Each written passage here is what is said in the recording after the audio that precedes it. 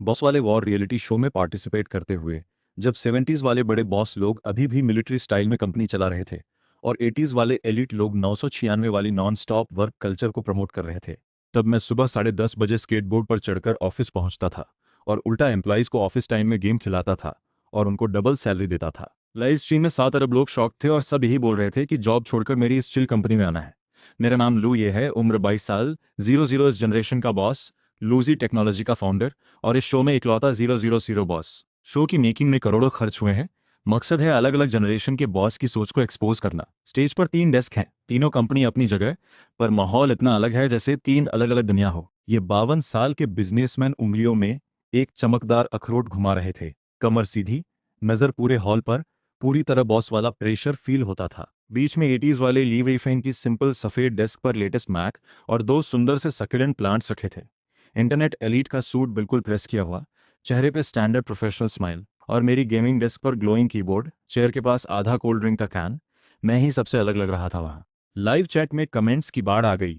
ये तो बस हाइप लेने आया रिच किड है, ना कोई प्रेजेंस, पहले राउंड में ही आउट होगा। ऑफिस को साइबर कैफे समझ रखा है। झांग जियानगो टेबल पर हाथ मार के गुस्सा हुए कैंडिडेट का रिज्यूमे दिखा के बोले, यंग लोगों को स्ट्रगल करनी चाहिए, ट्रायल पीरियड में सैलरी नहीं, पहले 1 महीना असिस्टेंट बन के काम सीखो, ये मौका दे रहा हूं तुम्हें। और फिर लंबा चौड़ा लेक्चर दिया कि स्ट्रगल ही ब्लेसिंग है, बॉस का शुक्रिया करो। ली वेइफेंग मुस्कुराते हुए इंटरनेट की जार्गन बोलते गए, बेसिक लॉजिक, नेगेटिव एनर्जी और डिटेल लेवल पे सवाल दागते रहे। कैंडिडेट पसीना पसीना, कुछ ठीक से बोल भी नहीं पा रहा था। जब सबकी नज़र मुझ पे आई, मैंने अभी अभी हेडफोन उतारा था, आराम से रिज्यूमे उठा के 2 सेकंड देखा, काम की कोई बात ही नहीं पूछी, बस इतना पूछा, ब्लैक मिथ का चौथा चैप्टर क्लियर किया, कहाँ अटके हो? रेंट भी पूरा नहीं होता, बाकी की तो बात ही छोड़ो। मैंने वहीं ट्रायल में 7,000 और परमानेंट होने पे 15,000 ऑफर कर दिया, सारे बेनिफिट्स फुल पेमेंट के साथ, और कैमरे के सामने इंडस्ट्री के उन झूठे नियमों पे भाग गया। ओवर टाइम या तो मेरे प्लानिंग की गलती है या फिर तुम्हारी एबिलिटी कम है। 8 घंटे में सर्वाइव करो, बाकी टाइम अपनी लाइफ बनाओ। ऑफिस टाइम खत्म तो निकल जाओ, डेट पे जाओ, गेम खेलो, सो जाओ, बस कंपनी में टाइम पास मत करो। वो कैंडिडेट वहीं इमोशनल हो गया, रिज्यूमे पकड़े हाथ कांप रहे थे। लाइव चैट पहले मजाक उड़ा रहा था, अब पूरा तूफान बन गया। हर तरफ यही, प्लीज लू सर, मुझे भी हायर कर लो, यही तो असली आइडियल बॉस है। झांग जियानगो मुझे देख के हल्का सा मुस्कुराए, कैमरे के सामने बोले कि मेरी कंपनी, इशारों में बोले कि मुझ में बिजनेस रिस्क हैंडल करने की कैपेसिटी नहीं, कभी ना कभी बड़ी मुसीबत में फंसूंगा। मुझे उनसे बहस करने का मन नहीं था, बस इतना बोला, कंपेयर तो कर लो, जीत किसकी होगी अभी पक्का नहीं। अगले दिन शो वालों ने फुल टाइम शूटिंग शुरू कर दी। तीनों कंपनियों का कॉन्ट्रास्ट फिर से साफ दिखा। झांग सर के एम्प्लॉयज सुबह 6 बजे ही लाइन में खड़े होकर जोर से नारे लगाते हुए एक्सरसाइज करते थे। 1 सेकंड लेट हुए तो सबके सामने डांट पड़ती। ली वेइफेंग की टीम 8 बजे शार्प मीटिंग शुरू करती। लोग नाश्ता करते करते ही काम रिव्यू करते, खाना भी जल्दी जल्दी निकलते, और मेरी कंपनी का गेट 9 बजे भी बंद रहता। 10:30 बजे मैं स्केटबोर्ड पे 2 पैनकेक और सोया मिल्क लेके पहुंचा। मैंने डायरेक्टर को गरम सोया मिल्क का पैकेट थमाया, बेफिक्री से बोला, फीलिंग्स तो पुराने जमाने की चीज़ है, काम पूरा और अच्छा होना चाहिए, जब मन करे तब आओ, मुझे रिजल्ट चाहिए, प्रोसेस से मतलब नहीं। ऑफिस में कोई बोरिंग सी कैबिन नहीं थी। दीवार के पास गेमिंग कंसोल, क्लॉ मशीन रखी थी, बीच में एक खाली स्पेस गेम जोन के लिए छोड़ा था। मैंने पुराने एम्प्लॉय से बोला कि नए कैंडिडेट के साथ मल्टीप्लेयर गेम खेल के टीम बॉन्डिंग करो। लाइव चैट फिर भर गया, ये कंपनी तो डूबेगी, गेम खेल के टाइम बर्बाद कर रहे हैं। पर अगले ही पल एक बड़ी प्रॉब्लम आ गई। तीनों कंपनियों के सर्वर पे एक साथ हैकर अटैक हुआ, बैकएंड इंस्टेंटली क्रैश हो गया। झांग जियानगो गुस्से से आग बोला हो गए, फाइल टेबल पे पटक दी, एम्प्लॉयज पे चिल्लाने लगे। मूड इंस्टेंट स्विच हुआ। हानफू पहने वो लड़की तेजी से कीबोर्ड चला के अटैक की सोर्स ट्रेस करने लगी। वेस्ट पहने भाई फायरवॉल फिक्स करने लगा। यहाँ तक कि नया ज्वाइन हुआ कैंडिडेट भी फटाफट हेल्प करने लगा। सिर्फ 5 मिनट में पूरा अटैक सॉल्व हो गया। उल्टा दूसरी तरफ का आईपी एड्रेस भी निकाल के साइबर पुलिस को भेज दिया। फिर वापस गेमिंग कंसोल पे बैठ के गेम खेलने लगे, जैसे अभी जो क्राइसिस था वो बस एक छोटा सा एपिसोड था। शो वालों ने foreign team building task announce किया, हर कंपनी की टीम यूनिटी टेस्ट करने के लिए। झांग जियानगो ने अनाउंस किया कि शनिवार को पूरी टीम 20 किलोमीटर पहाड़ी चढ़ेगी, पानी और स्नैक्स साथ ले जाना अलाउड नहीं, और लाइन पूरी तरह सीधी रखनी होगी, जो पीछे रहेगा उसकी सैलरी कटेगी। हर एपिसोड का नाम था इमोशनल बॉन्डिंग बढ़ाना। जब मेरी बारी आई प्लान बताने की तो मैंने सीधा कंपनी ग्रुप में मैसेज डाल दिया, शुक्रवार दोपहर से हाफ डे छुट्टी, हर एक को 500 रुपये टीम बिल्डिंग फंड मिलेगा, जहां मन करे घूम आओ, बस एक कंडीशन है, वीकेंड पे वर्क ग्रुप मत छूना, कोई भी काम का मैसेज रिप्लाई मत करना। एम्प्लॉयज खुशी से उछल पड़े, मेरे चारों तरफ खड़े होकर ग्रेट बॉस चिल्लाने लगे। लाइव चैट में लोग पूरी तरह इंप्रेस हो गए। इस टीम बिल्डिंग स्टाइल से जल रहे थे सब, पर ली वेफिंग कैमरे के सामने मुंह बना के बोला, ये तो सिर्फ पैसे से लोगों का दिल खरीदना है, इससे टीम मैनेजमेंट का कुछ पता ही नहीं।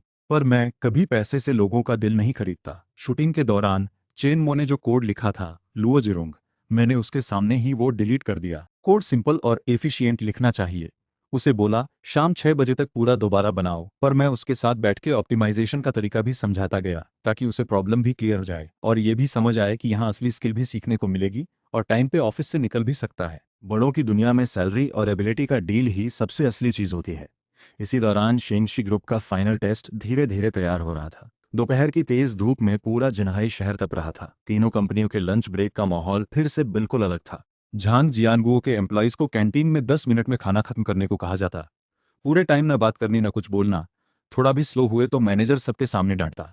ली वेफिंग ने लंच मीटिंग को ब्रेनस्टॉर्मिंग सेशन बना दिया था। रिपोर्टिंग में देरी ना हो इसका डर हर वक्त बना रहता, और मैं तो सीधा पूरी कंपनी को कर्टेन गिरा के समुद्र की लहरों वाला व्हाइट नॉइज चला के सबको टेबल पे सुला देता था। खुद टिश्यू पेपर का ढेर लगा के कार्डबोर्ड बॉक्स पे मजे से सोता था। ब्लैक बोर्ड पे मार्कर से लिखा होता, लंच ब्रेक का नियम, अगर किसी ने जल्दी उठाया तो पूरी कंपनी को बबल टी पिलानी पड़ेगी। पूरा इंटरनेट देख रहा था कि मैं कब गिरूंगा, और लगा जैसे मर्फी का लॉ सच हो गया। दोपहर 1:50 पे शो वालों का प्लांट किया हुआ अर्जेंट क्लाइंट रिक्वेस्ट अचानक इनबॉक्स में आ गया। क्लाइंट का पेमेंट इंटरफेस अचानक क्रैश हो गया। 2 घंटे में फिक्स करके लाइव करना था, वरना कॉन्ट्रैक्ट कैंसिल हो जाता। झांग जियानगू के एम्प्लॉयज अभी लंच खत्म करके बग और ज्यादा बढ़ते गए। ली वेफिंग की टीम कॉफी पी के किसी तरह चल रही थी, पर मीटिंग रूम में फिक्स के डिटेल लेवल और प्रायोरिटी पे ही बहस करके काफी टाइम बर्बाद कर दिया। और मेरी जगह ठीक 2 बजे साइबर पंक वाला बीजीएम बजते ही पूरी टीम 3 सेकंड में नींद से उठ खड़ी हुई, आंखें बिल्कुल क्लियर, ऐसे जैसे ठंडा पानी पड़ा हो, नींद का कोई निशान तक नहीं। मैंने ठंडा कोक का घूंट भरा, उंगली चटका के चैलेंज दिया, जो पहले फिक्स करेगा उसे आज ब्लैक मिथ की प्रैक्टिस से छुट्टी और स्पेशल नाइट स्नैक भी मिलेगा। कोई फालतू बात नहीं। टीम इंस्टेंट फ्लो में आ गई। हानफू वाली लड़की डिबगिंग संभाल रही थी। सब सही जगह पे निशाना लगा रहे थे। 45 मिनट बाद एव ने आखिरी एंटर दबाया। सिर्फ प्रॉब्लम फिक्स नहीं की बल्कि ऐप का लोडिंग एनिमेशन भी ऑप्टिमाइज कर दिया। स्टार्टअप स्पीड 2 सेकंड और तेज हो गई। जब झांग जियांगबो के सिस्टम दोबारा क्रैश हुई, एम्प्लॉयज पसीने पसीने थे। ली वेफिंग क्लाइंट से सॉरी बोल बोल के मना रहा था। तब हम गेम जोन में बैठ के ब्लैक मिथ खेल रहे थे। मैंने वहीं साइलेंट को उसके गेम मिस्टेक पे टोका। ऑफिस में ये आधा सेकंड की हिचकिचाहट ही डेडलाइन मिस करने की वजह बनती है। उस दिन शो की रेटिंग में हमारी टीम को इकलौता एस ग्रेड मिला। झांग जियानगुओ और ली वेफिंग सिर्फ गुस्सा कर पाए, कोई जवाब नहीं दे पाए दोनों से किसी के पास। स्टैनफोर्ड से मास्टर्स करने वाले उस बंदे ने रातों रात एक ओपन सोर्स फ्रेमवर्क बनाया जो पूरी दुनिया में फेमस हो गया। बड़ी बड़ी इंटरनेट कंपनियां उसे हायर करने के लिए लाइन लगाए बैठी थी। झांग जियानगुओ ने लिन यी को देखी उसके लंबे बाल और कैजुअल कपड़ों पे कमेंट किया। साफ बोला उसका ओपन सोर्स फ्रेमवर्क डायरेक्ट पैसा नहीं बना सकता, बेकार है, और उससे पहले 3 महीने फैक्ट्री में काम करके स्किल्स पॉलिश करने को कहा, तब जाके जॉब की बात होगी। ली वेफेंग ने भारी भरकम ऑफर दिया, 60 लाख सालाना पैकेज, साथ में सख्त वर्क कमिटमेंट एग्रीमेंट और अल्टरनेट वीकेंड वर्किंग, और आईपीओ के बड़े बड़े सपने दिखाए। जब मेरी बारी आई मैंने सैलरी और ग्रोथ की बात छोड़ के लिन यी को सीधा कंपनी के गेम एरिया ले गया। एक खराब आर्केड मशीन की तरफ इशारा करके बोला, 10 मिनट में मशीन सफलतापूर्वक ठीक हो गई। तब मुझे इंटरव्यू याद आया। मैं लिन यी को व्हाइट बोर्ड के पास ले गया। कुछ ही लाइनों में उसके ओपन सोर्स फ्रेमवर्क का मेमोरी लीक दिखा दिया, साथ में एक बिल्कुल नया ऑप्टिमाइजेशन आइडिया भी दिया। लिन यी की आंखें चमक थीं, वहीं व्हाइट बोर्ड के सामने बैठ के कैलकुलेशन करने लगा। जितना करता उतना ज़्यादा एक्साइटेड होता गया। आखिर में मैंने सीधा ऑफर रखा, 80 लाख सालाना cash, full benefits top level पे, ना पंचिंग, ना वीकली रिपोर्ट, ना फालतू मीटिंग्स, सिर्फ एक ही केपीआई, अपने ओपन सोर्स फ्रेमवर्क को ऑप्टिमाइज करो। साथ में ये भी बताया कि कंपनी का आर्ट कॉलेज के साथ एक सोशल इवेंट भी होता है, वहाँ सारे टेक माइंडेड यंगस्टर्स होते हैं। लिम ये वहीं ज्वाइन करने को राजी हो गया। साफ बोला, हाई सैलरी के लिए नहीं, बस शांति से टेक्नोलॉजी पे काम करने के लिए आया हूँ। उस और बिजनेस के बड़े बड़े दावे प्योर टेक्निकल कनेक्शन के आगे पूरी तरह हार गए। क्वार्टर के आखिर में डेटा टेस्ट वाले दिन शो वालों ने अचानक 1 lakh messy data cleaning task फेंक दिया। अगली सुबह 8 बजे तक पूरा करना था। एक्यूरेसी 95% से ऊपर चाहिए थी। झांग जियानगुओ ने टाइम बचाने के लिए कंपनी का गेट लॉक कर दिया। लोगों की भीड़ से काम कराने लगा। एम्प्लॉयज प्रिंट किए हुए डेटा को लाइन बाय लाइन चेक कर रहे थे। एक एम्प्लॉय सुबह होते होते बेहोश होकर गिर गया। इमरजेंसी में हॉस्पिटल भेजा गया। ली वेइफिंग ने पैसे देके प्रोफेशनल एआई क्लीनिंग सॉफ्टवेयर खरीदा, पर बीच में सॉफ्टवेयर क्रैश हो गया। आधे से ज्यादा डेटा गायब हो गया। पूरी टीम को रात भर जाके फिर से एल्गोरिदम में फजी मैचिंग जोड़ के करेक्शन रेट 99.9% तक ले गए। बाकी बचे कुछ मुश्किल केस एर्गो ने सिर्फ 5 मिनट में सुलझा दिए। रात 8:30 बजे हम सब सामान समेट के स्ट्रीट फूड खाने निकल गए। साथ में लिनी के टीम में फुल ज्वाइन होने का सेलिब्रेशन भी हो गया। पूरा माहौल रिलैक्स्ड और मज़ेदार था। अगले दिन रिजल्ट अनाउंस हुआ। मेरी टीम की कंप्लीशन 100%, एक्यूरेसी 99.9%। सब चेहरे पे चमक थी। नींद पूरी होने की कोई थकान नहीं थी। झांग जियांगुओ की टीम की एक्यूरेसी सिर्फ 60% रही। ऊपर से एम्प्लॉय गिरने का विवाद भी हुआ। ली वेइफेंग की टीम मुश्किल से 95% तक पहुंची, पर सबकी आंखें लाल और चेहरे थके हुए थे। झांग जियांगुओ ने इशारा करके, मैंने चेहरे की मस्ती हटा के सीधा उसकी आंखों में देख के बोला, लोगों को गुलाम की तरह लो एफिशिएंसी काम पे लगाना स्ट्रगल नहीं कहलाता, इनकैपेबिलिटी कहलाता है। मशीनें इसलिए बनी हैं ताकि इंसान को आज़ादी मिले। तुम टाइम के उल्टा जा रहे हो। एम्प्लॉयज से रिपीटेटिव काम करा के फिर उन्हीं पे इल्ज़ाम लगाते हो कि वो मेहनत नहीं करते। भेड़िया शिकार करता है सर्वाइव करने के लिए, ना कि लीडर वुल्फ के लिए दौड़ के दिखाने के लिए। वर्क प्लेस में भी यही सच है। हाई एफिशिएंसी आउटपुट बेकार में जागते रहने से कहीं ज़्यादा ज़रूरी है। इतना बोल के मैं अपनी टीम के साथ पलट के निकल गया। वापस जाके थोड़ा रेस्ट किया। उससे बहस करने का कोई फायदा नहीं था। लाइव चैट में रातों को एक्सेल शीट के साथ ओवरटाइम करने वाले ढेरों वर्किंग लोगों की आंखें भर आईं। उन्हें पुराने ज़माने की बकवास बातें और लिमिटलेस एक्सप्लॉयटेशन नहीं चाहिए था। उन्हें बस मेरी तरह भरपूर नींद, हाई एफिशिएंसी काम और डिग्निटी वाली लाइफ चाहिए थी। इसी बीच शेंगशी ग्रुप का करोड़ों का बिजनेस टेस्ट भी नजदीक आ रहा था। जिन्हाई शहर के बिजनेस सर्किल में अचानक एक बड़ी खबर फैली। शेंगशी ग्रुप के चेयरमैन झाओ डोंगलाई खुद पार्टनर वेरीफाई करने आ रहे हैं। शेंगशी ग्रुप कितना बड़ा है? इतना कि जिन्हाई शहर में पैर रखे तो जमीन भी हिल जाए। डिजिटल ट्रांसफॉर्मेशन का बड़ा डील था। जो भी ये कॉन्ट्रैक्ट लेगा उसका सिर्फ इस साल का टारगेट जल्दी पूरा नहीं होगा, बल्कि बॉस वॉर शो में भी उसकी जीत लगभग पक्की हो जाएगी। शो वालों ने इस मौके को हाथ से जाने नहीं दिया। झाओ डोंगलाई के विजिट को ही लाइव स्ट्रीम का मेन हाईलाइट बना दिया। सोमवार सुबह 9 बजे झाओ डोंगलाई की मायबाग का टाइम पे जियानगुओ इंडस्ट्रीज के गेट पे पहुंच गई। झाओ डोंगलाई की उम्र 55 साल है। शुरुआत में स्ट्रगल से आए थे, बाद में लीगल बिजनेस में सेटल हो गए। उन्हें दो चीज़ों से सबसे ज़्यादा चिढ़ है। एक तो जब कोई उनके सामने दिखावा करे, दूसरा जब कोई उन्हें बेवकूफ़ समझ के बहलाने की कोशिश करे। आज उन्होंने सिंपल सा जोंगशान सूट पहना था। हाथ में ना कोई माला थी ना कोई अखरोट, बस पकड़ा था। मुंह बनाए हुए छोटा बेटा झाओ जिशवान बोला, पापा मैंने बोला था ना मुझे नहीं आना, मुझे वापस जाके कार्ड्स खेलने हैं। झाओ जिशवान हेडफोन लगा के मुंह में च्युइंगम चबाते हुए पूरा रिबेल मोड में था। चुप रह, तुझे यहाँ लाया है ताकि देखे बिजनेस कैसे होता है। दिन भर बस गेम खेलना जानता है, बेकार। झाओ डोंगलाई हल्की आवाज में डांटा, फिर तुरंत ही चेहरे पे एक गंभीर और रहस्यमयी एक्सप्रेशन लाके फैक्ट्री की तरफ बढ़ने लगा। झांग जियानगुओ ने इस विजिट के लिए पूरी जान लगा दी थी। फैक्ट्री गेट पे रेड कारपेट बिछाया था। दो लाइन में चीनी पारंपरिक पोशाक पहने लड़कियां कांपते हुए भी जबरदस्ती स्माइल किए हुए वेलकम कर रही थीं। झांग जियानगुओ खुद अपना सबसे महंगा सूट पहन के बाल सेट करके आया था। झाओ डुंगलाई ने बिना किसी एक्सप्रेशन के हाथ मिलाया, मिस्टर झांग, फॉर्मेलिटी की जरूरत नहीं, हम सीधा प्रोडक्शन लाइन देखना चाहते हैं। अरे प्रोडक्शन लाइन तो कभी भी देख सकते हैं झाओ सर, आप इतनी दूर से आए हैं, पहले रिसेप्शन में चाय पी लीजिए, थोड़ा आराम कर लीजिए। झांग जियानगुओ बिना कुछ पूछे झाओ डोंगलाई को एडमिन बिल्डिंग की तरफ ले गए। उनकी चाय असल में पहले से प्लान किया हुआ ड्रिंकिंग सेशन था। रिसेप्शन रूम में घुसते ही एक बड़ी गोल टेबल पे एबालॉन, लॉबस्टर, सी क्यूकम्बर सजा हुआ था। बीच में दो बॉटल प्रीमियम माओताई रखी थी। अभी सिर्फ सुबह 9:30 बजे थे। झाओ डोंगलाई की भौहें हल्की सी सिकुड़ गईं। झाओ सर, ये हमारी छोटी सी इज्जत है। झांग जियानगू ने खुद बॉटल खोली, गिलास भरा। दोस्ती गहरी हो तो एक घूंट में खाली, हमारे फ्यूचर पार्टनरशिप के नाम। झांग जियानगो ने सोचा शायद वो शर्मा रहे हैं, जोर देते रहे, आदमी शराब न पिए तो दुनिया में कैसे चलेगा, बिजनेस तो शराब में ही होता है, आप नहीं पिएंगे तो मतलब मुझे इज्जत नहीं रहे। फिर झाओ जिशवान की तरफ मुड़ के गिलास भरने लगे, बेटा तुम भी थोड़ा प्रैक्टिस कर लो शराब की। झाओ जिशवान को शराब की तेज बदबू से नाक बंद हो गई। मुझे नहीं पीनी, बदबू आ रही है। कोक है क्या? झांग जियानगुओ का चेहरा थोड़ा सख्त हुआ, फिर जबरदस्ती हंसते हुए, हाँ हाँ बेटा बड़ा मजाकिया है, कोक क्यों पियोगे, वो तो बच्चे पीते हैं, आओ अंकल सिखाता है तुम्हें। झाओ डोंगलाई ने गुस्से में अपना थर्मस टेबल पे पटक दिया। आवाज इतनी तेज थी कि पूरा हॉल इंस्टेंट चुप हो गया। मिस्टर झांग, हमें एक ऐसा सिस्टम चाहिए जो सप्लाई चेन एफिशिएंसी बढ़ाए, ना कि कोई ऐसा जो लोगों को आईसीयू तक पहुंचाए। अगर आपके पास सिर्फ शराब है तो हम आपका टाइम बर्बाद नहीं करते। इतना कह के झाओ डोंगलाई उठ खड़े हुए, बेटे को साथ लेके बिना पीछे मुड़े निकल गए। झांग जियान वो ग्लास पकड़े वहीं खड़े रह गए, चेहरा गुस्से से लाल हो गया। दूसरा स्टॉप था ली वेफेंग की फेंगजी इंटरनेट कंपनी। झांग जियानगुओ की गलती से सीखते हुए ली वेफिंग ने बिल्कुल मॉडर्न बिजनेस स्टाइल तैयार किया था। झाओ डोंगलाई जब कंपनी में घुसे तो देखा एक ग्रुप यंगस्टर्स कंपनी लोगो वाली टी शर्ट पहने तेजी से कीबोर्ड पे टाइप कर रहे थे। दीवारों पे ढेर सारे स्टाइलिश इंग्लिश पोस्टर लगे थे। ली वेफेंग खुद आगे बढ़ के वेलकम करने आया। ली वेफेंग का हाथ अजीब तरह से हवा में लटका रह गया। Mister Zhao welcome. Li Weifeng perfect Beijing style English में बोला, हमने आपके लिए बहुत ही इमर्सिव डेमो तैयार किया है। मीटिंग रूम की लाइट डिम कर दी गई। ली वेफेंग बड़े होलोग्राफिक स्क्रीन के सामने लेजर पॉइंटर लेके जॉब्स की तरह प्रेजेंटेशन देने लगा। झाओ सर, आपके पेन पॉइंट के लिए हमारा सॉल्यूशन है एक फुल इकोसिस्टम बना, हम बिग डेटा और एल्गोरिदम से आपके यूजर पर्सोना को डीप एनालाइज करके एक्यूरेट ट्रैफिक डिस्ट्रीब्यूशन और एफिशिएंसी बूस्ट करेंगे। झाओ डोंगलाई 5 मिनट धैर्य से सुनते रहे, फिर आखिर टोक ही दिया, मिस्टर ली बता सकते हो? इकोसिस्टम एम्पावरमेंट से मुझे सिर्फ एक बात पूछनी है। झाओ डोंगलाई उस कॉम्प्लेक्स आर्किटेक्चर डायग्राम की तरफ इशारा करते हुए आवाज में साफ इरिटेशन थी। मेरी लॉजिस्टिक्स फ्लीट में रोज 100 ट्रक खाली दौड़ते हैं। तुम्हारा सिस्टम ये एम्प्टी रन रेट कम कर सकता है? अगर हाँ तो कैसे? एग्जैक्ट प्रोसेस क्या है? ये तो ली वेइफेंग ने चश्मा ठीक किया, अचानक अटक गया। एग्जैक्ट ऑपरेशनल लेवल आगे इटरेशन में आएगा। अभी हम टॉप लेवल डिजाइन दिखा रहे हैं। स्ट्रेटेजिक लेवल का एम्पावरमेंट इकोसिस्टम बन जाए तो एम्प्टी रन रेट अपने आप एल्गोरिदम से ऑप्टिमाइज हो जाएगा। बस करो। झाओ डोंगलाई ने थके हुए अपना माथा दबाया। मिस्टर ली, तुम्हारी प्रेजेंटेशन बहुत सुंदर है, पर मैं पेंटिंग खरीदने नहीं आया। मुझे चाहिए। अब पूरी तरह बोर हो चुका था।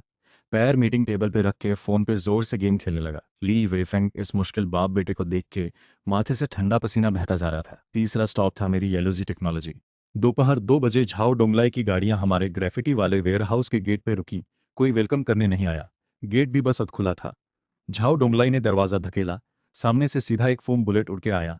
पट की आवाज के साथ बिल्कुल उनके माथे पे चिपक गई। ऑफिस में तेजी से नर्फ गन बैटल चल रही थी। मैं गॉगल्स पहने, हाथ में मॉडिफाइड गैटलिंग फोम गन लेके टेबल पे खड़ा होके एम्प्लॉइज पे फायरिंग कर रहा था। शॉक्ड हुए झाओ डोंगलाई का पूरा माहौल लाइव चैट में तूफान मचा रहा था। पूरे शो में लुई ने पहली बार सच में गड़बड़ कर दी। अब तो पूरा खत्म समझो।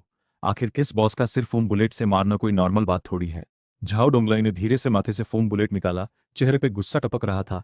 आवाज में आग जैसे बाहर आने को तैयार थी। मैंने गॉगल्स ऊपर करके देखा कि सामने झाओ डोंगलाई खड़े हैं। टेबल से नीचे भी नहीं उतरा, बस गन साइड में फेंक के मुस्कुराते हुए बोला, अरे झाओ सर आ गए, सॉरी, अभी टीम बिल्डिंग चल रही थी, फोन करके बता देते तो मैं फर्स्ट से बुलेट साफ करवा देता। मेरे पास टाइम नहीं है फालतू बात करने का। झाओ डोंगलाई गुस्सा दबाते हुए बोले, जिस कंपनी को बेसिक बिजनेस एटिकेट भी नहीं आती वो कोई अच्छा सिस्टम बना सकती है? मुझे यकीन नहीं होता। इतना बोल के झाओ डोंगलाई मुड़ के जाने ही वाले थे। एक मिनट रुकिए, ये आवाज़ मेरी नहीं थी, बल्कि झाओ डोंगलाई के पीछे पीछे आ रहे उनके रिबेल बेटे झाओ जिशवान की थी। झाओ जिशवान मेरी टेबल पे रखे limited edition gaming watch band को घूर रहा था। फिर मेरी स्क्रीन पे अभी भी चालू गेम इंटरफेस देखा। आंखें अचानक जल उठी जैसे स्पॉटलाइट पड़ी हो। अरे यार, तुम वो सर्वर 1WOW गॉड हो ना? मैं एक पल के लिए रुका। इस पीले बालों वाले लड़के को देखा। हाँ मैं ही हूँ। क्यों, तुम भी ग्लोई पीक खेलते हो? पागल हो क्या? मैं तो तुम्हारा डाई हार्ड फैन हूँ। तुम्हारे सारे मैच रिप्ले देखे हैं, खासकर वो कमबैक वाला मैच, बिल्कुल दमदार था। मुझे रैंक अप कराओगे? मैं महीनों से डायमंड 3 में फंसा हूँ। झाओ डोंगलाई रुक गए। हैरानी से अपने उस बेटे को देख रहे थे जो हमेशा दुनिया से नाराज रहता। आज एक पप्पी की तरह मेरे इर्द गिर्द घूम रहा था। रैंक अप चाहिए? मैंने भौं उठा के बोला, पर तुम्हारा हैंड स्पीड थोड़ा शाकी लग रहा है। अभी मिस्टर ली के यहाँ तुम्हारी 2 आवाज़ें सुनी, कुछ ठीक नहीं लगा। उस टाइम टीम पार्टनर बेकार थे। तुम मेरे साथ खेलोगे तो मैं बिल्कुल नहीं गड़बड़ाऊंगा। मैं मुस्कुराया। अचानक दरवाजे पे खड़े असमंजस में झाओ डोंगलाई की तरफ देखा। झाओ सर, बैठिए ना थोड़ी देर, मैं आपके बेटे के साथ 2 राउंड खेल लूँ। आ ही गए हैं, एक कोक पी के रिलैक्स भी कर लीजिए। झाओ डोंगलाई गुस्सा करने ही वाले थे, पर बेटे का उतावला चेहरा देख के दिल में कुछ हिल गया। इतने सालों से बेटा हमेशा उनसे दूर दूर रहता, कभी बात तक नहीं करता। शायद यही मौका था बाप बेटे के बीच नजदीकी बनाने का। ठीक है। झाओ डोंगलाई गंभीर चेहरे से वापस आके बीन बैग पे बैठ गए। बस आधा घंटा दूंगा। आधे घंटे में अगर मुझे संतोषजनक प्लान नहीं मिला तो सिक्योरिटी बुला के इस टूटी फूटी वेयरहाउस को सील करवा दूंगा। मैंने उंगली चटकाई। झाओ डोंगलाई की तरफ एक ठंडा कोक कैन उछाला। एर्गो, झाओ सर को कंट्रोलर दो। थोड़ा किंग ऑफ फाइटर्स खिला के मन बहलाओ। यंग मास्टर झाओ, चलो देखते हैं तुम्हारा असली लेवल। लाइव चैट में दर्शक पूरी तरह पागल हो गए। स्टोरी हर सेकंड और ज्यादा क्रेजी होती जा रही थी। किसी को अंदाजा नहीं था कि 5 करोड़ की बिजनेस डील गेमिंग सेशन में बदल जाएगी। ऑफिस में एक अजीब सा नजारा था। चेहरा लाल करके आर्केड जॉयस्टिक हिलाते हुए स्क्रीन पे 80 का डैमेज देख के चिल्ला रहे थे, ये मूव कैसे नहीं निकल रहा? अरे फिर से क्यों हो गया? बगल में एर्गो धैर्य से समझा रहा था, झाओ सर, डाउन फॉरवर्ड पंच, ये स्पेशल मूव है, मूवमेंट में रुकना मत, स्मूथ रखो। दूसरी तरफ मैं झाओ जिशवान के साथ डुओ खेल रहा था। पीछे हटो, ग्रुप बनाओ, बुश में कोई है। मैं तेजी से माउस क्लिक करते हुए एग्जैक्ट कमांड दे रहा था। अरे यार सच में था। झाओ जिशवान चौंक गया। तुमने वॉल हैक तो नहीं लगा रखा? इसे कहते हैं गेम सेंस। मिनी मैप देखो, दुश्मन का जंगलर हट गया है, इस लेन पे कॉइन्स नहीं ले रहा, तुम्हें घात लगा के बैठा है। मैंने हल्के से एक किल ले लिया, साथ में समझाया, इसे कहते हैं डेटा एनालिसिस गेम। मैंने हेडफोन उतार के स्ट्रेच किया। दूसरी तरफ पूरी तरह पसीने पसीने झाओ डोंगलाई की तरफ मुड़ा। झाओ सर कैसा रहा गेम? मूड थोड़ा बेहतर हुआ। झाओ डोंगलाई माथे का पसीना पोंछते हुए गहरी सांस ली। हालांकि एर्गो ने बुरी तरह हरा दिया था, पर इस तरह खुल के निकाला गुस्सा उनकी सालों से टाइट नसों को थोड़ा रिलैक्स कर गया।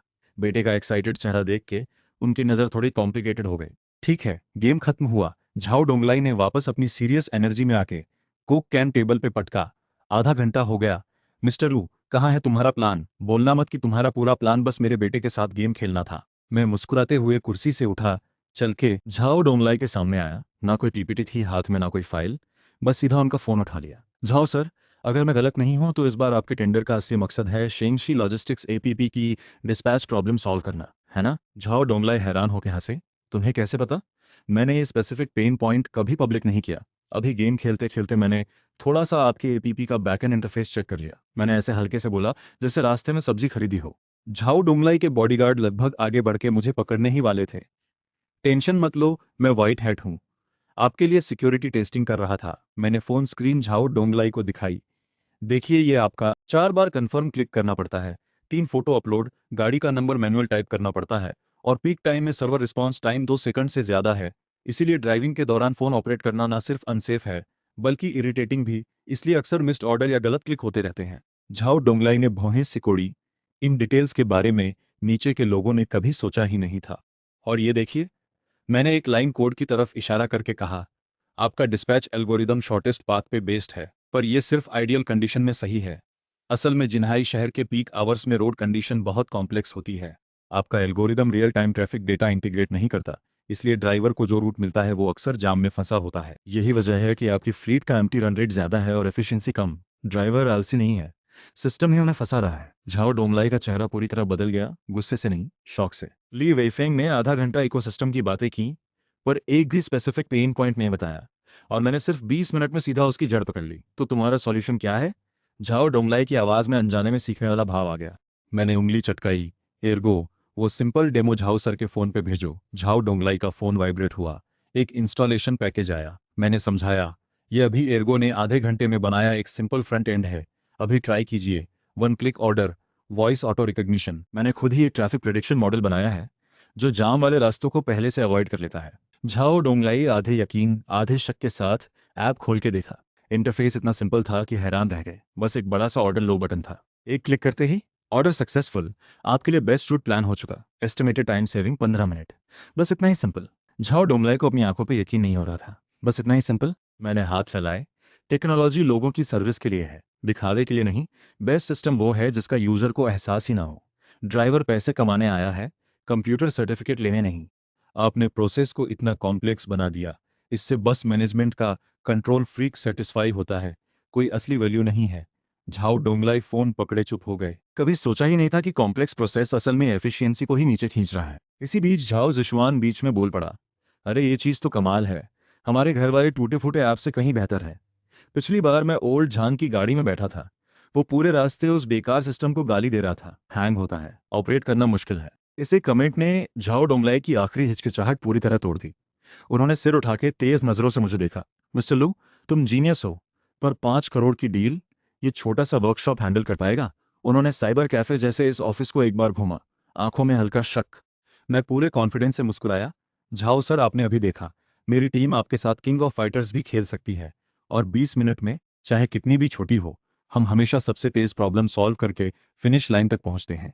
फिर मैंने अपने बगल खड़े झाओ जिशवान की तरफ इशारा करते हुए आखिरी तुरुप का पत्ता निकाला। अगर आप ये डील मुझे दें तो एक एक्स्ट्रा सर्विस भी फ्री में दूंगा। आगे से यंग मास्टर झाओ को रैंक अप कराना मेरी जिम्मेदारी। बस एक कंडीशन है, इन्हें यहाँ इंटर्नशिप करनी होगी, प्रोडक्ट एक्सपीरियंस ऑफिसर के तौर पे। इनकी नुक्स निकालने वाली आदत देख के तो लगता है ये प्रोडक्ट मैनेजर बनने के लिए बने हैं। झाओ जिशवान ये सुन के आंखें फाड़ के देखने लगा। पापा, मुझे यहाँ आना है, सच में आना है, मुझे लीगल फर्म नहीं जाना, मुझे यहीं जॉब करनी है। झाओ डोंगलाई ने एक बार एक्साइटेड बेटे को देखा, फिर कॉन्फिडेंट खड़े मुझे देखा। अचानक जोर से हंस पड़े। हंसी बहुत खुले दिल की थी। वाह भाई, क्या ग्रासरूट स्टाइल है, क्या प्रोडक्ट एक्सपीरियंस ऑफिसर आइडिया है। ये डील तुम्हारी हुई, और ये लड़का भी तुम्हारे हवाले। इसे अच्छे से। लाइव चैट में जैसे नए साल का जश्न मन रहा था, हर तरफ यही, लूसर लीजन है। 5 करोड़ की डील भी मिली और साथ में छोटे मालिक को भी हायर कर लिया। इसी वक्त कैमरा कट होके झांग जियानगो और ली वेइफेंग के ऑफिस पे गया। दोनों लाइव फुटेज देख के एक दूसरे से ज्यादा परेशान लग रहे थे। झांग जियानगो ने हाथ में पकड़ा कॉन्ट्रैक्ट मसल दिया। ये तो नियम के खिलाफ है। गेम खेल के कॉन्ट्रैक्ट साइन हो गया, ये तो मजाक है। ली वेइफेंग स्क्रीन पे मुझे घूरे जा रहा था, आंखों में गहरी नफरत। नहीं, ये मजाक नहीं है, ये तो डायमेंशनल स्ट्राइक है। इस लू ये को अब बचने नहीं देना चाहिए। झाओ डोंगलाई के डील साइन करने की खबर जिन्हाई शहर के बिजनेस सर्किल में जैसे बम की तरह फट गई। ये सिर्फ 5 करोड़ के कॉन्ट्रैक्ट की बात नहीं थी, बल्कि एक बड़ा संकेत था। पुराना गुआंशी कल्चर और एलीट पीपीटी एस्थेटिक्स असली टेक्निकल पावर के सामने पूरी तरह फेल हो गए। लू ये का नाम रातों रात सारे जीरो जीरोस वर्किंग लोगों का आइडल बन गया और पारंपरिक बॉस लोगों की आंख की किरकिरी। अगले कुछ दिन येलुजी टेक्नोलॉजी में काफी बिजी माहौल रहा। झाओ जिशुआन सच में जॉब पे आ गया। वो पुराना बिगड़े लड़का अब टेस्टिंग डिवाइस पकड़े डेवलपमेंट टीम पे चिल्ला रहा था, ये बहुत बोरिंग है, कुछ कूल सा डिजाइन दो। हैरानी की बात, वो काम में सच में अच्छा निकला। मेरी ट्रेनिंग में उसका नुक्ताचीनी वाला स्वभाव प्रोडक्ट एक्सपीरियंस में काम आ गया। प्रोफेशनल टेस्टर से भी ज्यादा बग्स ढूंढ निकाले। भाई लू, कल रात पापा ने मेरी तारीफ की, झाओ जिशुआन डिलीवरी खाते हुए बताने लगा। उन्होंने कहा आखिरकार मैंने कुछ काम की बात की। थैंक यू ना यार। मैं कोड लिखते हुए बिना सिर उठाए बोला, थैंक यू किस बात का, सैलरी तो मिलेगी ही। बस कल रात रैंक गेम में जितनी किल दिए वो सैलरी से कटेंगे। सब कुछ अच्छा ही जा रहा था, पर तूफान से पहले हमेशा सन्नाटा होता है। शुक्रवार रात एक आर्टिकल आया, इंटरनेट सेलिब्रिटी बॉस लू ये गेम से एक जनरेशन बर्बाद कर रहा है या टेक्नोलॉजी के नाम पे इलेक्ट्रॉनिक ड्रग बांट रहा है। उसने जानबूझ के गलत तरीके से मेरे एम्प्लॉयज के साथ गेम खेलने वाला फुटेज काट के इस्तेमाल किया। कैप्शन दिया, ऑफिस टाइम में खुलेआम गेम एडिक्शन को बढ़ावा, युवाओं को गुमराह करना। झूठा हाइप बना के कुछ एक्स एम्प्लॉयज के इंटरव्यू दिखाए जिन्होंने दावा किया कि कंपनी में मैनेजमेंट पूरी तरह गड़बड़ है, सैलरी अक्सर लेट होती है और गेम के जरिए माइनस से पैसे खर्च करवाने का शक भी जताया। पर्सनल अटैक करते हुए इशारा किया कि मेरे पैसों का सोर्स साफ नहीं है, और तो और अफवाह उड़ाई कि मैं किसी अंडरवर्ल्ड बॉस का नाजायज बेटा हूं। ये आर्टिकल आते ही पूरे इंटरनेट में तूफान आ गया। अनजान पेरेंट्स ग्रुप्स पहले भड़के, सब मुझे बच्चों को बिगाड़ने वाला बोलने लगे। बॉयकॉट येलुजी टेक्नोलॉजी, बॉयकॉट ये बॉस मैनेजमेंट स्टाइल के डिमांड्स आने लगे। ये कल्चर काउंटर कॉमन सेंस है, ज्यादा दिन नहीं टिकेगा, ऐसे कमेंट्स भर गए। एक ही रात में मैं नेशन का बेस्ट बॉस से बच्चों को बिगाड़ने वाला गुनाहगार बन गया। कंपनी के गेट पे कुछ एग्रेसिव पेरेंट्स बैनर लेके प्रोटेस्ट भी करने लगे। शनिवार सुबह ऑफिस का माहौल पूरी तरह भारी था। एर्गो गुस्से में टेबल पीट रहा था, ये तो हद है, सब झूठा है, हमें केस करना चाहिए, इनसे रेप्यूटेशन डैमेज का हर्जाना वसूलना चाहिए। वो एक ने चश्मा ठीक करते हुए उंगलियां तेजी से कीबोर्ड पे चलाते हुए बोला, मैं इन ट्रोल्स के आईपी ट्रेस कर रहा हूं, ज्यादातर एक ही पीआर कंपनी से हैं। ये ली वेइफेंग की long time partner black head firm है। अभी काउंटर अटैक करके एविडेंस पब्लिक कर दें। सबकी नजरें मुझ पे थीं, मेरे डिसीजन का इंतजार कर रहे थे। मैं कुर्सी पे बैठे स्क्रीन देख रहा था, हाथ में पकड़ा कोक कैन दबाव से चरचरा रहा था। भाई लो, कुछ तो बोलो, हम ऐसे नहीं सह सकते।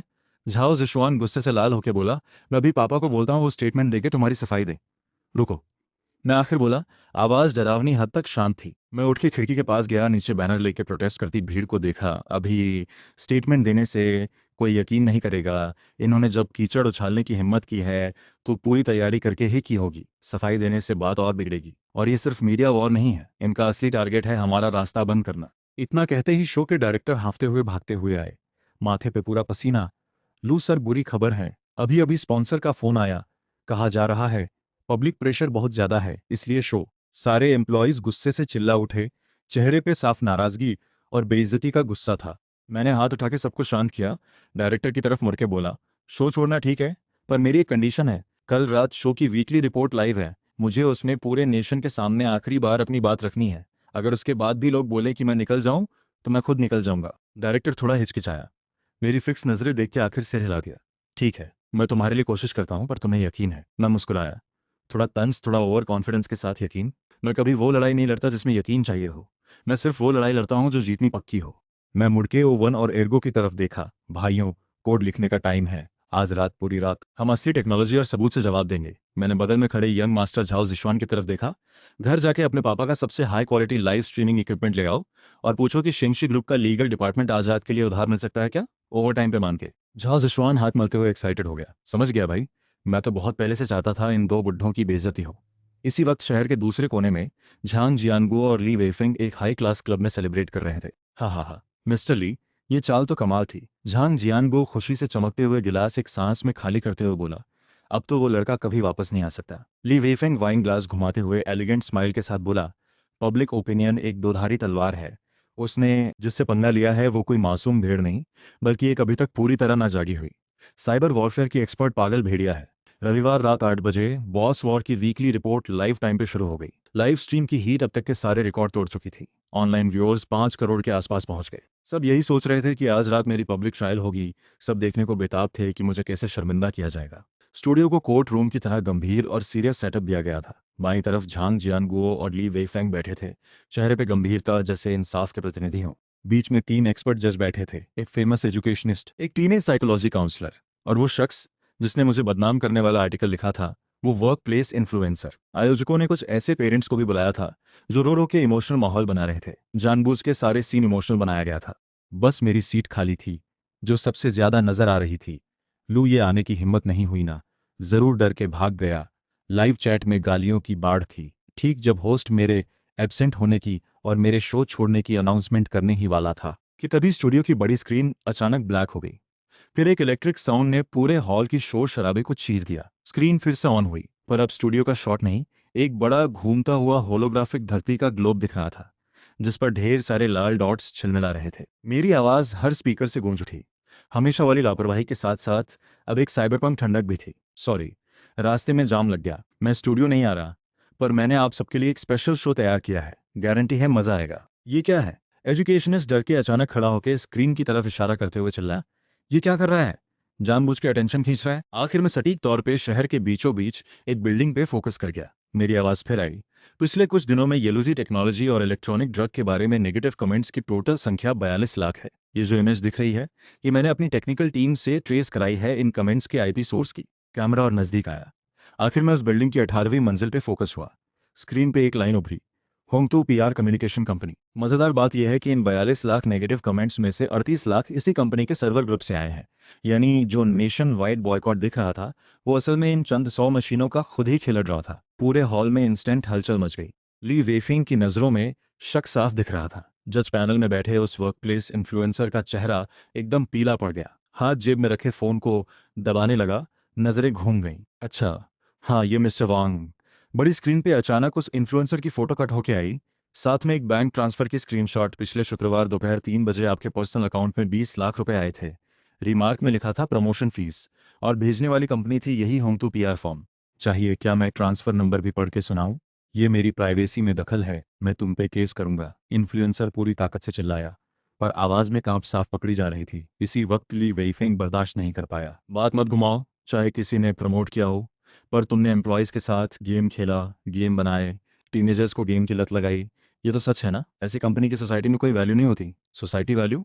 मेरी आवाज़ में थोड़ा तंज आ गया। स्क्रीन फिर बदली। इस बार ठंडे डेटा की जगह एक गर्मजोश वीडियो आया। सीन में एक दूर-दराज पहाड़ी इलाके का क्लासरूम था। बच्चे सिंपल वीआर ग्लासेस पहने हाथ हिला के इशारे कर रहे थे। क्या ये गेम खेल रहे हैं? नहीं, ये एक वर्चुअल मेंढक की डिसेक्शन कर रहे हैं। ये हमारी कंपनी का बनाया bio lab VR educational software है, क्योंकि पहाड़ी इलाकों के स्कूलों में इतनी सुविधा नहीं होती। वर्चुअल दुनिया में सेफली फिजिक्स, केमिस्ट्री, बायोलॉजी के एक्सपेरिमेंट कर सकते हैं।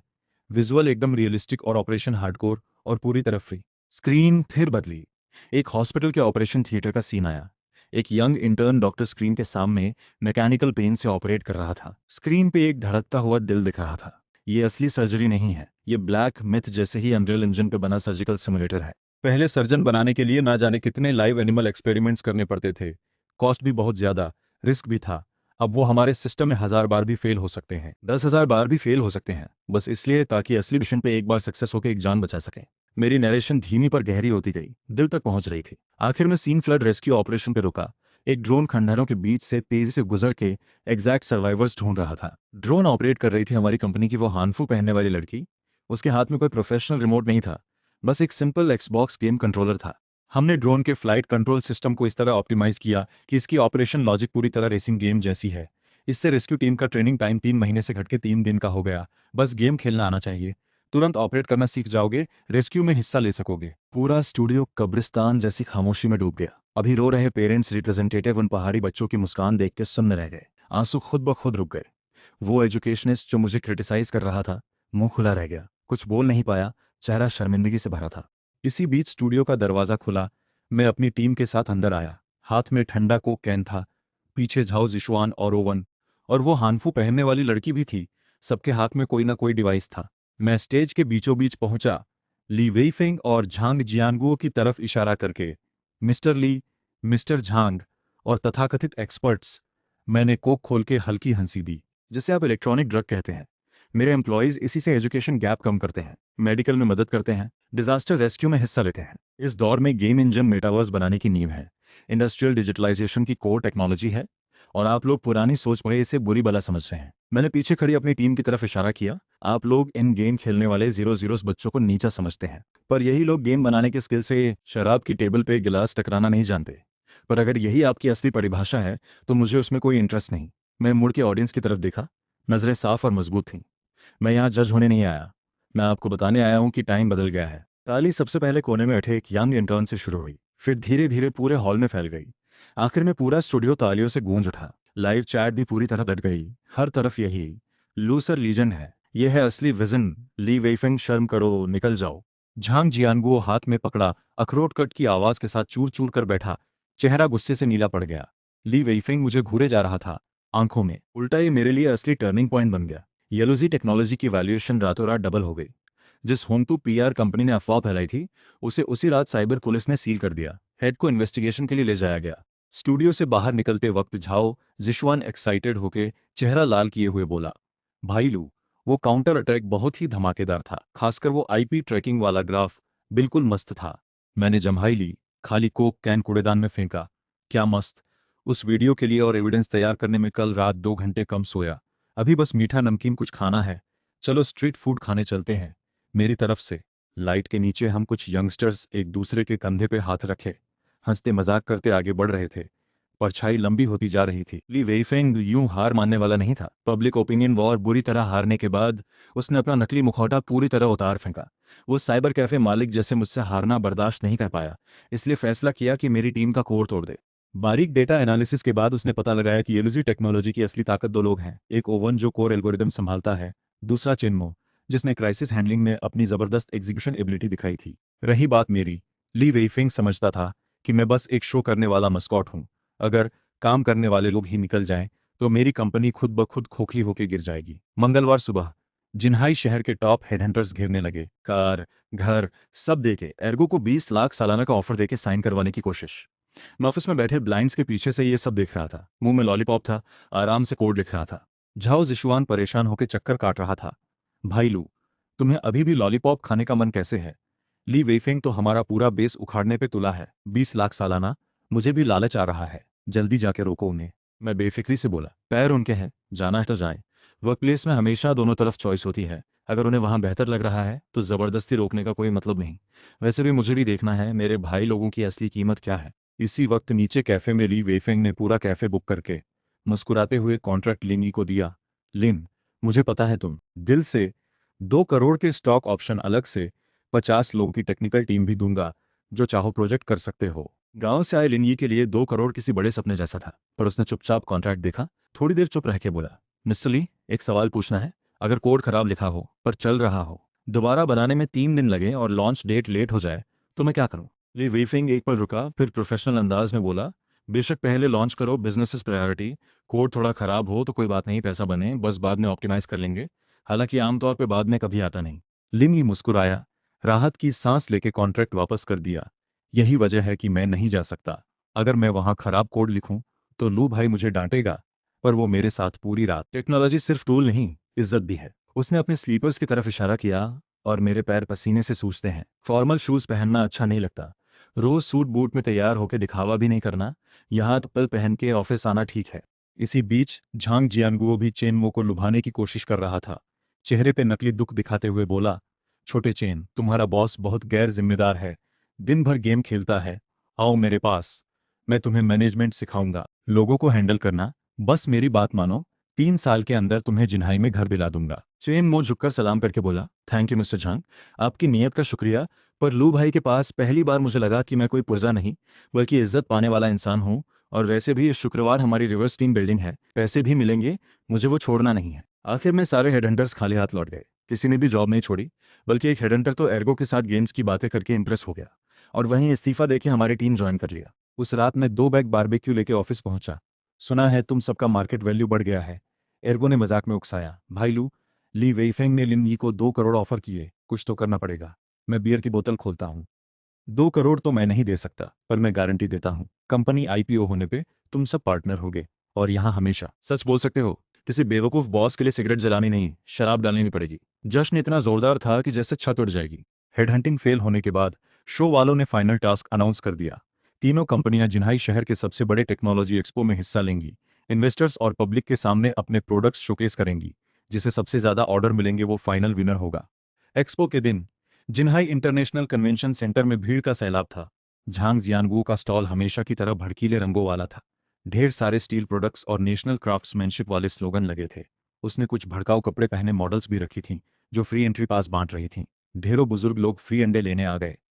उसका मेन प्रोडक्ट था फुल टाइम आई नाम का एक बिग डेटा मार्केटिंग सिस्टम। अपनी काबिलियत साबित करने के लिए ली वेइफेंग ने लाइव डेमो दिखाया। बड़ी स्क्रीन पे रियल टाइम डेटा दिख रहा था। उनके ऐप के online users 1 lakh, 2 lakh, 5 lakh number तेजी से बढ़ते जा रहे थे। कमेंट्स की भरमार लग रही थी। बिल्कुल हिट लग रहा था। इन्वेस्टर्स सिर हिला हिला के इम्प्रेस हो रहे थे। कईयों ने तो इंटरेस्ट लेटर भी निकाल लिए। और हमारा स्टॉल बिल्कुल सिंपल था, बस कुछ टेबल, कुछ लैपटॉप। मुझे डर था सब भूखे रह जाएंगे, इसलिए साथ में एक हॉट डॉग मशीन भी लाया। एर्गो साथ में सॉसेस ग्रिल कर रहा था। ऐसे बेसिक वॉर जोन वाले स्टॉल पे कोई ध्यान क्यों देता। कोई खासा भीड़ नहीं थी। इसी वक्त जब ली वेइफेंग अपने डेटा दिखा रहा था, अचानक एक छोटा बच्चा स्क्रीन की तरफ इशारा करके जोर से चिल्ला उठा। सच में स्क्रीन के नीचे बाएं तरफ रियल टाइम कमेंट सेक्शन तेजी से स्क्रॉल हो रहा था। पर ध्यान से देखने पे साफ पता चलता कि कई आईडीएस रिपीट हो रहे थे और कमेंट्स भी काफी एक्सट्रीम टाइप के थे। ली वेइफेंग का चेहरा उतर गया। ये सब यूजर्स के ज्यादा एक्साइटमेंट की वजह से हो रहा है। अभी उसकी बात पूरी भी नहीं हुई थी कि बड़ी स्क्रीन अचानक फ्लिकर हुई और उसका फ्लैशी डेटा इंटरफेस गायब हो गया। उसकी जगह एक ब्लैक बैकग्राउंड और ग्रीन टेक्स्ट वाली बैकएंड लॉग विंडो आ गई। असल में वहां वाईफाई सिग्नल में डिस्टरबेंस आ गई थी, जिसकी वजह से ली वेइफेंग का वो कमजोर डेमो सिस्टम क्रैश हो गया। सीधा डिबग बैकएंड ओपन हो गया। बैकएंड लॉग में साफ दिख गया कि फेक ट्रैफिक और ऑटो कमेंट्स जनरेट करने वाला कोड चल रहा था। पूरे हॉल में हलचल मच गई। इन्वेस्टर्स रिमोट का बटन दबा के स्क्रीन बंद करने की कोशिश की, पर सिस्टम हैंग हो गया। भीड़ में कोई कंफ्यूज होके बोला, ये तो टेस्ट डेटा है। कोई बोला ये हैकिंग है। भीड़ से एक ठंडी हंसी आई। मैं आधा हॉट डॉग हाथ में लिए आगे बढ़ा, सीधा पर्दाफाश करते हुए बोला, तुमने जो ये ट्रैफिक बूस्टिंग स्क्रिप्ट यूज की है, ये तो लगता है 3 साल पुराना गिटहब का वही low level open source version है। वेरिएबल नेम तक नहीं बदले। अगर सच में फेक डेटा बनाना ही था तो कम से कम लिनी से थोड़ा हाई लेवल कोड लिखवा लेते। इतना कच्चा फ्रॉड देख के तो मुझे ही शर्म आ रही है तुम्हारी तरफ से। फिर मैं अपने पुराने लैपटॉप्स के पास गया, हमारा असली डेटा दिखाया। बायोलैब का daily active user 30,000। Logistics system ने शेंगशी ग्रुप का 10-20 लाख कॉस्ट बचाया। Game server 50। पर असली डेटा चौंका देने वाला, हम ट्रोल आर्मी नहीं बनाते, हम सिर्फ कोड बनाते हैं। हमारा डेटा शायद उतना चमकदार ना लगे, पर उसमें से हर नंबर इन भाइयों ने अपने हाथों से एक एक करके बनाया है। हर यूजर यहाँ इसलिए रुका है क्योंकि प्रोडक्ट सच में अच्छा और यूजफुल है। भीड़ से एक बुजुर्ग सफेद बालों वाले सज्जन आ गया है, कांपते हाथों से वीआर ग्लासेस पहने। वो जिन्हाई शहर टेक्नोलॉजी एसोसिएशन के प्रेसिडेंट थे। इंडस्ट्री की एक बड़ी आवाज। 10 मिनट बाद उन्होंने ग्लासेस उतारे, आंखों में आंसू भरे हुए। वाह, यही है असली टेक्नोलॉजी की गर्माहट। बुजुर्ग ने कस के मेरा हाथ पकड़ा, वहीं फैसला किया 1 करोड़ का एंजल फंडिंग देंगे। कंडीशन बस इतनी कि सॉफ्टवेयर गरीब पहाड़ी इलाकों के लिए हमेशा फ्री रहे। मैंने खुशी से हाँ बोल दी। चेहरे पे शानदार मुस्कान थी।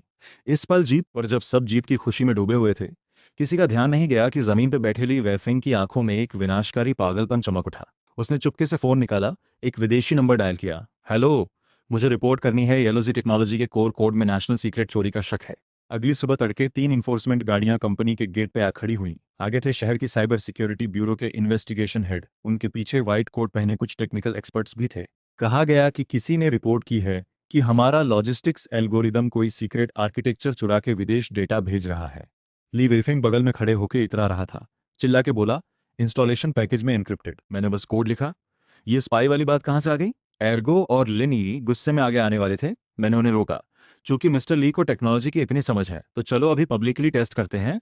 एक्सपर्ट्स को कोड चेक करने दो। इन्वेस्टिगेशन टीम ने फॉरेन कंपनी के सर्वर संभाल लिए। कुछ एक्सपर्ट्स स्पेशल डिक्रिप्शन डिवाइस लगा के उस कथित संदिग्ध कोर कोड की जांच करने लगे। रिजल्ट में पता चला कि वो कथित घोस्ट कोड खुलने पे बस एक मीम इमेज निकली। कमेंट में लिखा था, अगर ये देख रहे हो तो मतलब तुम बहुत बोर हो, कोई काम ढूंढ लो।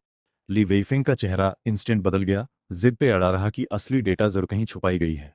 हर 2 घंटे में सर्वर स्टेटस सिंक होता है। नॉर्मल होने पे गेम का चेक इन रिवॉर्ड मिल जाता है। एन्क्रिप्शन सिर्फ फायरवॉल ब्लॉक होने से बचने के लिए है। पर ली वेइफिंग फिर भी नहीं माना। अच्छा, फिर वो लॉजिस्टिक्स डिस्पैच एल्गोरिदम, वो कोर आर्किटेक्चर कैसे एक्सप्लेन करोगे? वो तो साफ किसी नेशनल रिसर्च इंस्टीट्यूट के 2 साल पुराने स्काईनेट प्रोजेक्ट का आइडिया है।